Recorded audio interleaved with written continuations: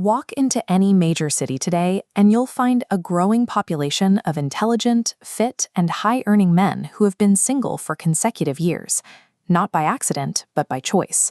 Scan your surroundings for a genuinely happy couple under the age of 35, couples whose reality actually matches their social media feed. It's becoming difficult to recall a single example. The standard cultural narrative claims these men are simply losing the competition. It suggests they lack the social capital or the drive to secure a partner in a fast-moving market. That narrative is wrong. These men are performing a cold, calculated cost-benefit analysis. They aren't failing the game. They are executing a deliberate boycott of a system where the math no longer adds up. When the statistics show a 70% chance of a crash, walking away is the only rational move. Modern dating has become an economic gamble, where the entry fee is your life savings and the most likely outcome is a total loss of investment. The root of this market collapse is a massive pricing error. We are witnessing a hyperinflation of the ego that has untethered demands from reality. It's the economic equivalent of taking a 1995 sedan with high mileage and listing it for the price of a new Bugatti. The seller believes the new seat covers justify a $1 million markup. Dating algorithms and social media validation loops have created a false sense of market value. Average participants now believe they are entitled to the top 1% of earners because they matched with one on an app once. When the market refuses to pay that inflated price, the sellers don't lower their demands. They blame the customers for being cheap or unwilling to commit, ignoring the fact that the asset is simply overpriced. For a man, entering the dating pool today requires the qualifications of a Fortune 500 CEO. The job description is a list of contradictory and hyper-elite requirements. Take the total male population and filter for a minimum height of 6 feet and a salary in the top 5%. You have already disqualified the vast majority of men on the planet. Now add the requirement of property ownership in a major city. The remaining pool of eligible candidates effectively vanishes, leaving a fraction of a percent of the population to meet the baseline standard.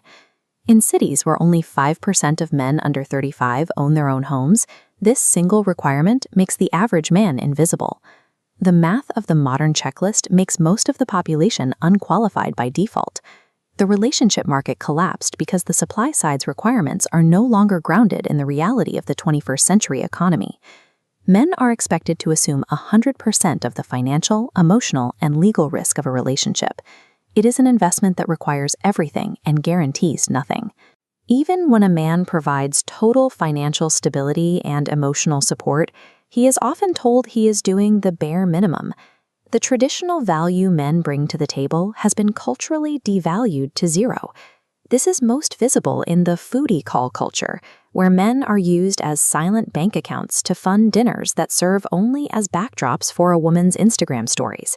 The man isn't a partner, he's a production assistant.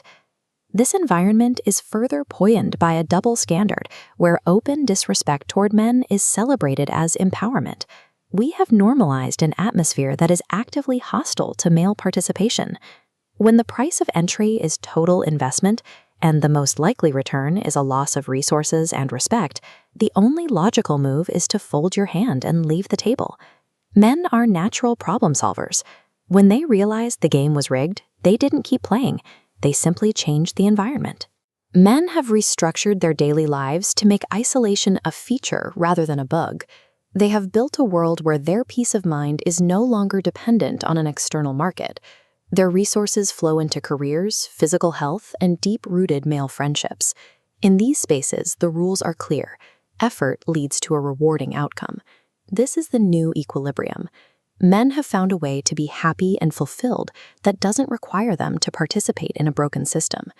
We see this life cycle play out. A woman spends a decade maintaining a rigid checklist, but as male market interest drops, standards hit a breaking point. For many, that cliff edge arrives at age 34. At 34, the checklist is scrapped in a clearance sale panic.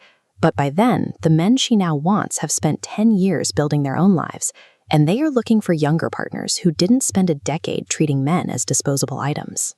The long-term result of this stalemate is a society with falling birth rates and rising isolation. It is a market that has ceased to function because the participants can no longer agree on a fair price. Until demands are realigned with mathematical reality, the most profitable move for a man is to focus on himself. Reality is undefeated.